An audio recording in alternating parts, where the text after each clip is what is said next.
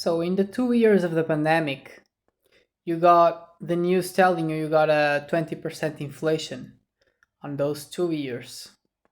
But then, if you make your numbers around essential life costs, you would understand by the difference between those 2 years and after those 2 years, you would come to realize that you spend between 80 to 90% more on essential life costs, which is almost a double on your expenses in 2 years.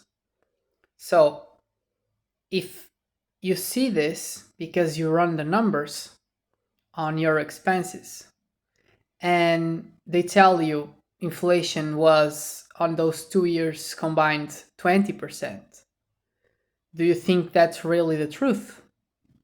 Or are you just being played by what is being told?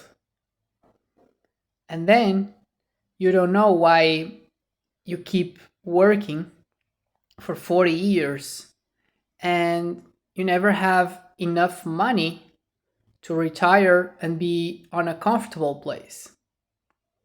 But if you had invested your money on those 2 years, you know what happened? Most companies shoot up a lot on the markets. So, in average terms, the companies 3x. So, this means that if you were just going to do almost as good as the average, you would almost 3x your money.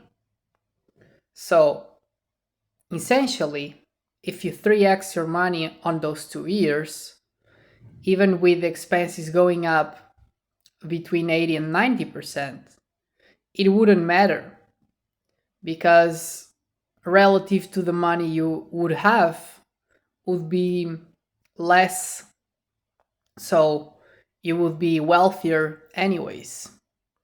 But this only happened to the people that were already investing on the markets and knew how the game actually works. So this is why I emphasize this type of situations, because the numbers they tell you are not even real. They are a narrative that is being played for people to believe, but actually there's a big difference on what's real and what is what they say.